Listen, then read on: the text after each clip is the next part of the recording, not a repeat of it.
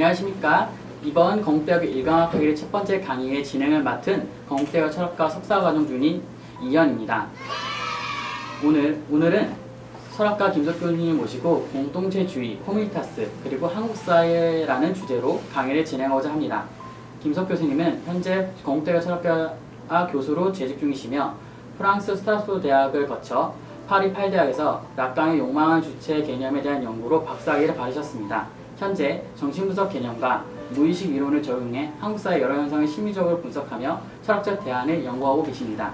자, 그럼 교수님을 모시고 강의를 시작해 보도록 하겠습니다. 자, 여러분 안녕하세요. 이렇게 일감 철학회로 또 유튜브를 통해서 여러분들을 만나게 되니까 아주 뜻깊습니다. 오늘은 이제 강의라기보다는 좀 편하게 앞서 이현 학생이 소개를 해주셨는데 주제가 상당히 무거운 주제입니다. 공동체주의, 커뮤니타스, 그리고 한국사회. 사실 각각의 주제 하나하나가 포괄하는 범위가 넓어서 굉장히 이게 다루기에 쉽지 않은 주제고 시간도 많이 걸리는데 한번 이제 문제의식을 이해하는 의미로 좀 편하게 저를 따라오시면 될 것 같습니다. 공동체주의, 공동체 논쟁, 코뮤니타스, 그리고 한국사회라는 이 토픽은 작년 2020년 9월에 건국대학교 철학과가 BK, 그러니까 브레인 코리아라고 BK 프로젝트의 8년 프로젝트입니다. 아젠다로 내걸었던 주제인데 오늘 이제 여러분들한테 이 주제를 좀 이렇게 소개하는 의미로 이게 이제 왜 중요하고 우리가 이제 어떤 연구와 교육을 하려고 하는지 좀 그런 문제의식을 같이 살펴보는 시간이라고 이렇게 이해를 하시면 될 것 같습니다. 여러분들 우리나라에서 제일 많이 팔렸으면서 아마도 제일 안 읽혔을 책 중에 하나가 마이클 샌들 교수의 정의란 무엇인가 이 책일 거예요. 책 제목은 다 알고 산 사람들도 많지만 그 책을 뭐 이렇게 꼼꼼하게 다 읽어본 사람들은 그렇게 많지 않습니다. 또 읽었다 하더라도 이 책에서 샌들 교수가 이야기하려는 게 뭔지가 딱 와닿지 않죠. 마이클 샌들 교수는 보통 공동체주의자로 많이 분류가 되는데 샌들은 이 책에서 사실 정의가 무엇이다 이렇게 딱 정의를 내리지는 않습니다. 다만 기존의 이제 사회 정의를 둘러싸고 존 롤스가 쓴 정의론이라는 책이 가장 유명했는데 이 주제를 검토하면서 우리 시대에 필요한 사회 정의 그리고 공동체의 모델은 무엇인가 이 부분에 대해서 다룬 책이 바로 정의란 무엇인가입니다. 근데 이제 전통적으로 자유주의와 공동체주의, 공동체주의와 자유주의의 논쟁이라고 많이 알려졌는데 코뮤니타스 개념을 이해하기 위해서는 먼저 이 부분을 좀 이해할 필요가 있습니다. 자유주의자는 존 롤스, 로버트 노직 이런 사람이 이제 유명한데 이 자유주의란 말이 함축하듯이 개인의 권리와 자유를 굉장히 중요시 여기는 사상입니다. 아주 쉽게 예를 들면 국가나 공동체가 나한테 어떤 희생을 무조건 요구하거나 공동체를 위해서 이거는 좀 우리가 양보를 해줘야 되겠다. 예를 들어 지금 같은 코로나 시기에 재난 지원금에 이제 국가 재정이 없으면 세금을 많이 걷는다든지 이런 거에 대해서 좀 반발하는 게 자유주의죠. 물론 이제 맥락이 있습니다. 근데 지금은 자유주의, 공동체주의만 하더라도 굉장히 많은 이론들이 있기 때문에 그 얘기를 다 할 수는 없고 대표적으로 롤스의 정의론을 중심으로 공동체주의와 자유주의가 이제 어떻게 다른지를 좀 얘기하면서 우리 철학과의 주제이기도 한 코뮤니타스가 왜 이들과 차별성이 있는지 얘기하려고 합니다. 존 롤스는 자유주의 내지는 절차적 공정성을 주장하는 자유주의로 이렇게 분류가 되는데 여기서 말하는 정의에 대해서 롤스는 이런 문제의식을 갖고 있습니다. 정의 그러면 분배 정의도 있고 균형도 있고 아니면 플라톤 같은 경우 국가론에서 이상적인 조화를 이루는 상태 예를 들어 국가 같으면 지도자 그리고 수호 계급인 전사 생산자 계급이 각자의 생업에 충실한 걸 정의라고 정의했고 인간 안에 있어서는 이 세 계급에 해당할 수 있는 보통 지정이라고 얘기하죠. 이성적인 부분, 그 다음에 어떤 감성적인 부분, 그 다음에 욕구적인 부분이 이렇게 조화를 이루는 영혼의 가장 이상적인 상태를 저스티스라고 했습니다. 근데 이제 근대 이후에는 이것이 이제 개인의 자유와 권리, 평등 이런 관계에 대한 논의로 발전하게 되는데 롤스의 입장은 한마디로 얘기하면 불평등을 용인할 수 있다는 겁니다. 그럼 이게 왜 그러면 개인이 자기 마음대로 해도 좋다 이게 아니라 절차적으로 그것이 문제가 없으면 이 불평등은 옹호할 수 있고 또 어떻게 보면 현대사회에서 필요하다는 겁니다. 쉽게 말하면 누구나 빌 게이트처럼 돈을 벌고 누구나 빌 게이트처럼 대접을 받을 수는 없는 거죠. 길거리에서 청소하는 사람하고 예를 들어 그 회사의 CEO하고를 똑같이 대우하자 그러면 아마 여러분들은 이건 정의가 아니다라고 이야기할 거예요. 그런데 무조건 불평등을 옹호하는 게 아니라 어떤 자의적인 불평등이 없는 상태. 그러니까 임의로 불평등을 주장해서 이 불평등은 뭐 감내를 해야 된다 이게 아니라 절차적으로 하자가 없을 때만 이 불평등을 옹호할 수 있다. 그래서 두 가지의 원리를 얘기를 합니다. 자유주의자인 그 롤스의 입장은 이제 다음에 보시게 될 공동체주의. 공동체주의는 더 굿, 그러니까 선이라든지 가치를 굉장히 중요시 여기는 입장입니다. 예를 들어 우리 사회에서 우리한테 필요한 건 뭐냐 그러면 뭐 국가적인 방역, 그리고 이제 코로나가 해제되는 것, 그 다음에 경제가 빨리 발전하는 것 이런 것들이 공동체주의한테 중요하다면 자유주의자들은 나의 자유, 그리고 나의 권리, 그리고 나에게 있어서 옳음이 내 스스로가 판단을 내릴 수 있어야 된다는 거죠.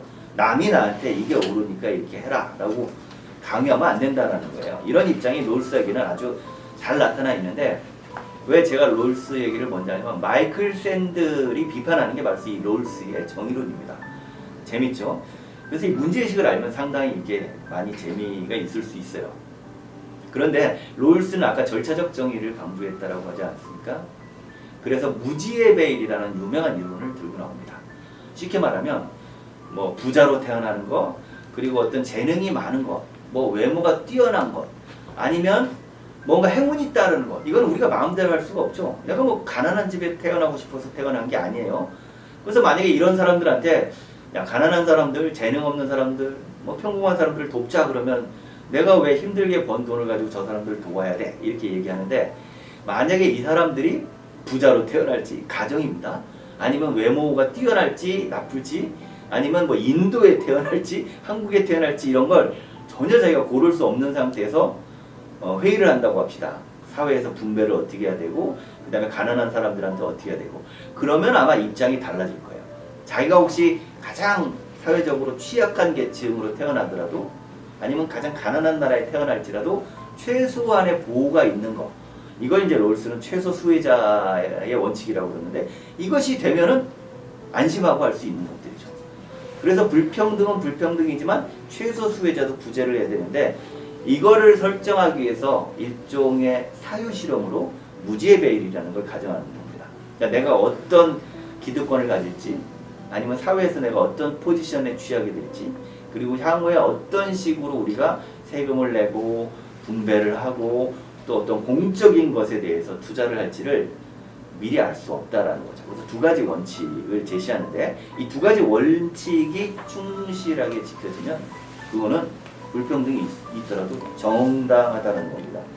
첫째로 이제 원칙은 뭐냐면 제1원칙은 기본적 자유의 원리입니다. 모든 사람은 자유를 가져야 되고 이 자유의 권리가 조건 없이 보장이 돼야 된다는 거죠. 이런 의미에서 자유주의자라고 불려집니다. 그 다음에 두 번째 원칙은 차등 조정의 원리입니다. 예를 들어 자유의 원칙만을 강조하다 보면 유명한 철학자 홉스가 얘기했듯이 서로의 자유를 가지고 충돌할 수도 있죠. 그러다 보면 아마 약한 자, 그리고 뭔가 사회에서 제일 안 좋은 위치에 있는 사람들은 자기 자유를 누리지 못할 겁니다. 그래서 롤스는 첫 번째 자유의 원칙 못지않게 두 번째인 차등 조정의 원리를 인정을 해야 되는데 이러한 두 가지 원칙을 실행하기 위해서 불평등은 다음에 이제 두 가지 조건에서만 허용이 되어야 된다. 첫째, 모든 지위와 직책이 모든 사람에게 동등하게 개방되어야 한다. 예를 들어서 내가 대학에 가는 것, 그리고 내가 취직하는 것, 이런 기회가 누구에게나 똑같이 제공이 돼야 된다는 겁니다. 예를 들어 뭐 예전에 고려 시대, 조선 시대 때는 음서제라는 거 여러분 들어보셨죠?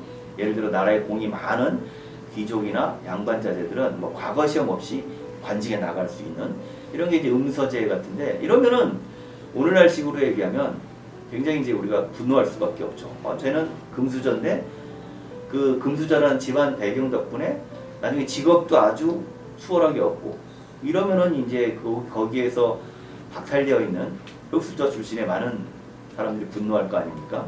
우리 사회가 지금 제일 문제가 되는 게 이 공정성에 대한 이 분노들이 많이 있잖아요. 그래서 모든 사람에게 기회가 동등하게 개방되어야 된다. 이 첫 번째 원칙입니다.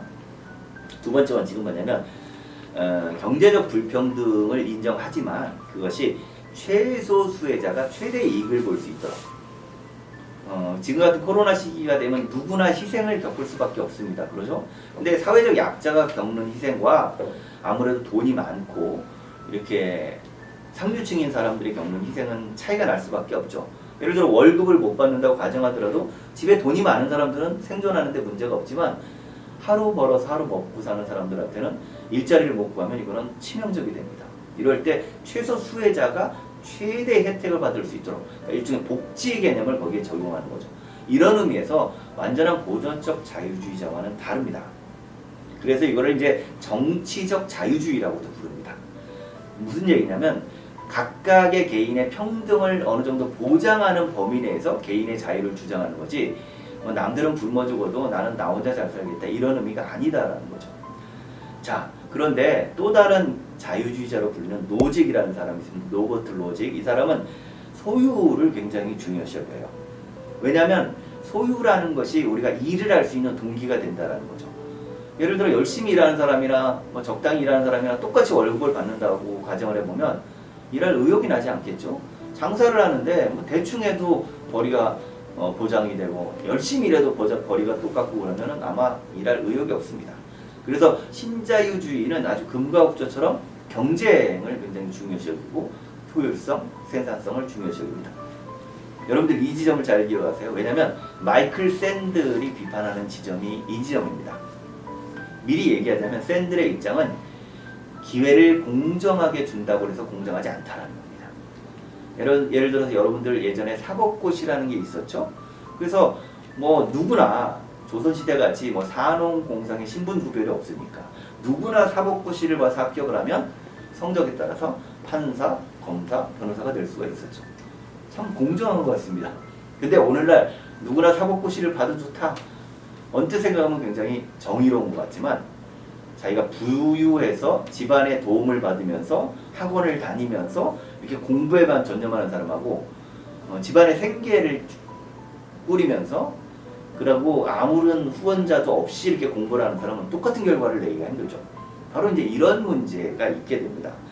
그래서 소유권을 중시 여기는 이런 것들이 이제 비판을 받게 되는데, 앞에 롤스와 다르게 노직은 이제 자유지상주의를 절대적으로 주장하는 입장이 됩니다. 그래서 소유권을 획득할 때, 그러니까 어떤 것들이 내가 소유가 되는 과정에서 불이하고 부정의한 게 없으면 그거는 존중되어야 된다라는 게 노직이고, 그 근거는 이러한 소유권에 대한 것들이 어떤 일을 하고 생산성을 가져오는 중요한 동기가 될 수 있다라는 것입니다. 자, 이것이 자유주의자들의 논쟁인데, 우리는 여기에 대해서 이제 몇 가지 비판을 할 수가 있죠. 첫째, 오늘날 세계에는 롤스나 노직이 보듯이 그렇게 하나의 국가에 의해서 이루어지는 사회가 아니라, 여러분들 잘 들어보셨죠? 글로벌리즘, 세계화 경향.